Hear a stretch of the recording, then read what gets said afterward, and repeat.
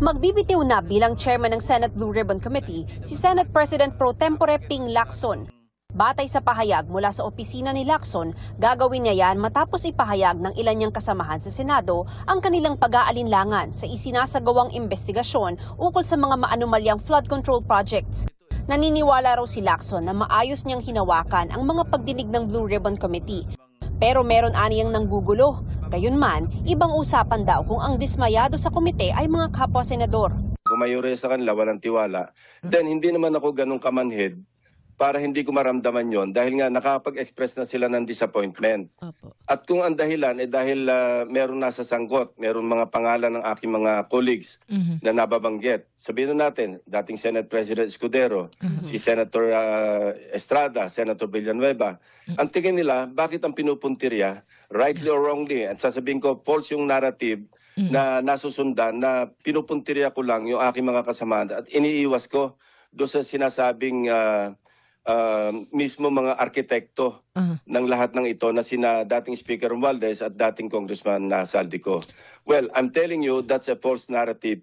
Sabi pa ni Lacson, walang katotohanan ang alegasyon ng netizens na itinigil umano ang investigasyon ng Senado dahil nabanggit sina dating House Speaker Martin Romualdez at dating Ako Bicol Party List Representative Zaldico at ang anilay pagdiin ng komite sa mga senador na idinawit ng resource person sa flood control kickbacks. Pinabulaanan din ni Lacson na nagpapapogi siya sa mga pagdinig. Last term na raw niya ito, hindi na niya kailangan ng political capital. Para sa bayan na nga lang ito, parang ito na lang yung balik utang na loob ko sa pagkatagal-tagal ko ring na ginugol na panahon bilang public servant, mga basing na nakukuha ko. Pero sige lang, hindi naman ako na-distract doon. Pero pagka yung mga colleagues ko na ang nagpapahayag na hindi na sila happy o kaya disappointed sila, ibang usapan yon. Kasi nga, sila yung nag-elect sa akin. At sila nag-elect ng lahat ng chairpersons ng lahat ng komite. So pag wala silang, pag majority sa kanila, wala nang tiwala, what is left for me to decide on or to do except magbitin na lang bilang chairman.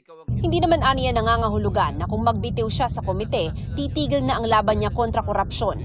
Kailangan munang i-manifest ni Lacson ang kanyang pagbibitiw sa plenaryo. Pagkatapos ay maghahalal sila ng bagong chairman.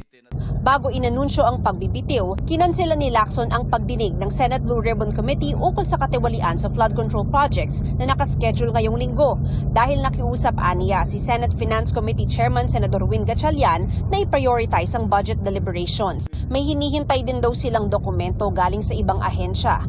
Pero paglilinaw ni Lacson, hindi pa tapos ang kanilang investigasyon. Kasama pa raw sa mga iimbitahan nila sina Romualdez at Co.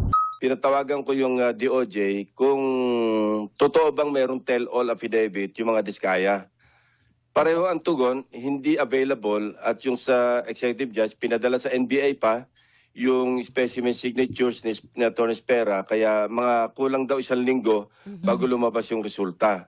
Ganun na ng DOJ, medyo parang vacillating yung mag-asawa at hindi raw talaga definite kung talaga magte-tell all o hindi. Nananatiling suspended until further notice kasi hindi natin alam kung kailan magkakaroon ng puwang.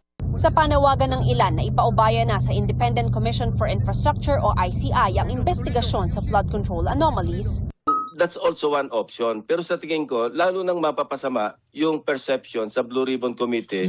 Tsaka sa inyo, sir. Napasok na, nabanggit na yung pangalan ni dating Speaker Romualdez at meron nang lumalabas na malinaw na ebidensya kasi corroborated na mga records yung kay ex-Congressman Saldico. Lalo pangit namang ite-terminate. Di lalo nang nabuo yung suspicion, na-reinforce pa yung suspicion na talagang pinoprotektahan namin yung dalawa. Makokontrol ko ba yung nagbanggit ng pangalan ni dating Senate President Escudero? Makokontrol ko ba yung nagbanggit ng pangalan ng 3 kong dating kasamahan at kasamahan sa ngayon? Kung saan kami dadala na ebidensya, dito kami pupunta. Para sa GMA Integrated News, Mav Gonzalez, nakatutok, 24 oras.